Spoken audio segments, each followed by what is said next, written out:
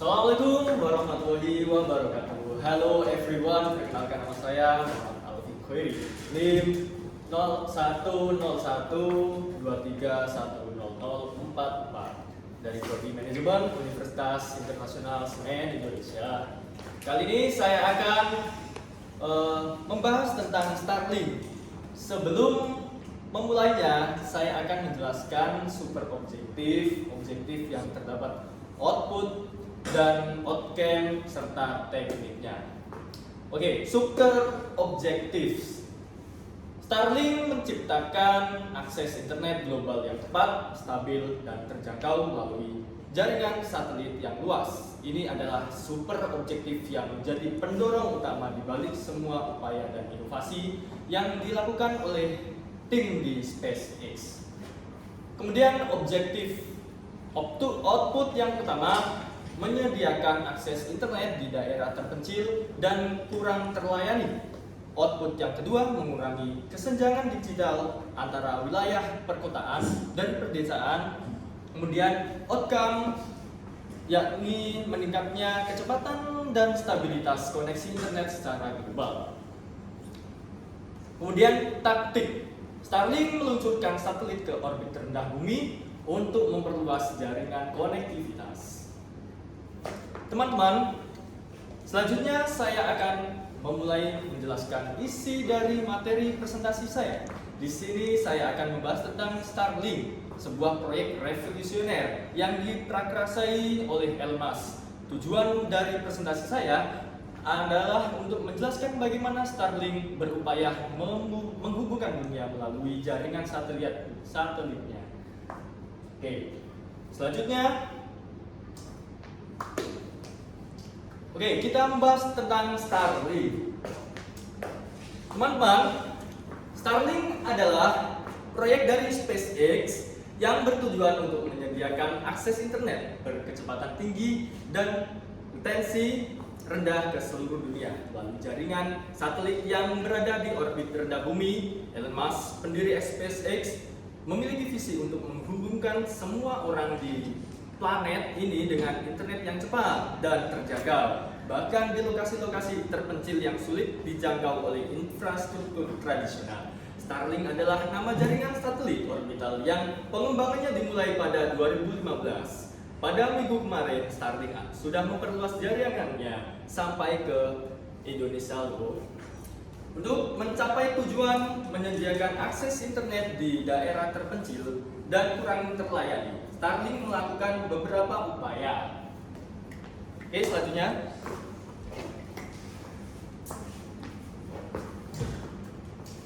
Upaya pertama yakni peluncuran satelit.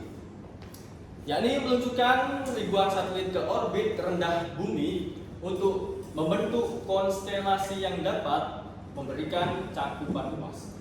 Selanjutnya, kerjasama lokal, bekerjasama dengan pemerintahan dan komunitas lokasi untuk memasangkan infrastruktur yang diperlukan. Selanjutnya, pemasaran terarah, yakni mengidentifikasi dan menargetkan daerah-daerah yang paling membutuhkan layanan ini untuk mengurangi kesenjangan digital antara wilayah perkotaan dan pedesaan. Starlink melakukan upaya juga. Selanjutnya, yakni ada program subsidi, yakni menawarkan paket internet bersubsidi untuk komunitas berpenghasilan rendah agar lebih terjangkau.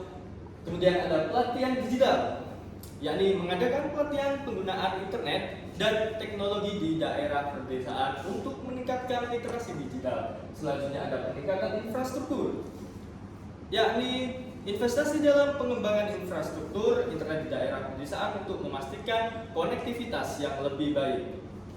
Selanjutnya, untuk meningkatkan kecepatan dan stabilitas koneksi internet secara global, Starlink melakukan juga yang pertama ada teknologi terbaru, yakni menggunakan teknologi satelit terbaru yang mampu memberikan kecepatan tinggi dan latensi rendah.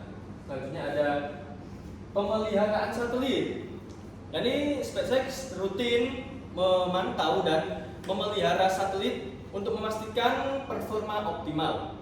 Kemudian riset dan pengembangan, yakni berinvestasi dalam riset dan pengembangan teknologi untuk terus meningkatkan kinerja dan efisiensi jaringan Starlink. Kemudian next, ada keunggulan Starlink. Ya, ini saya jelaskan ada 3 keunggulan dari Starlink. Yang pertama ada kecepatan tinggi dan presisi rendah. Yakni Starlink menawarkan kecepatan internet yang sangat tinggi dengan latensi yang rendah, ideal untuk streaming, gaming, dan aplikasi real time lainnya. Yang kedua ada akses lokasi terpencil, yakni karena menggunakan satelit, Starlink dapat memberikan akses internet di lokasi yang sulit dijangkau oleh infrastruktur tradisional. Selanjutnya ada instalasi mudah dan cepat, yakni instalasi perangkat Starlink sangat mudah dan cepat sehingga pengguna dapat segera menikmati layanan internet tanpa perlu menunggu lama. Selanjutnya ada tantangan dan solusi. Yang pertama, regulasi internasional. Starlink seperti proyek besar lainnya, Starlink juga menghadapi beberapa tantangan, diantaranya yang pertama regulasi internasional. Ya, Starlink harus mematuhi berbagai regulasi dan dari negara-negara di seluruh dunia. Yang kedua ada biaya tinggi. Pengembangan dan peluncuran satelit membutuhkan biaya yang sangat besar juga. Selanjutnya ada persaingan pasar. Ada banyak perusahaan lain yang juga berusaha menyediakan layanan internet melalui satelit. Selanjutnya, ya nih, saya ada studi kasus juga. Jadi untuk salah satu kisah sukses dari implementasi Starlink adalah di sebuah desa terpencil yang sebelumnya tidak memiliki akses internet sama sekali. Dengan pemasangan perangkat Starlink, kini penduduk desa tersebut dapat terhubung dengan dunia luar, mendapatkan informasi dan meningkatkan kualitas hidup mereka. Selanjutnya, nah, kesimpulan dan penutup. Starlink adalah proyek ambisius yang memiliki potensi besar untuk mengubah cara kita mengakses internet, terutama di daerah-daerah yang kurang terlayani. Dengan visi besar, objektif yang jelas, dan teknik objektif, Starlink berusaha untuk menciptakan dunia yang lebih terhubung dan setara dalam akses informasi. Oke, selanjutnya sudah itu saja. Demikian yang saya sampaikan. Mungkin ada salah kata dari awal hingga akhir, mohon maaf yang sebesar-besarnya. Demikian dari saya. Wassalamualaikum warahmatullahi wabarakatuh.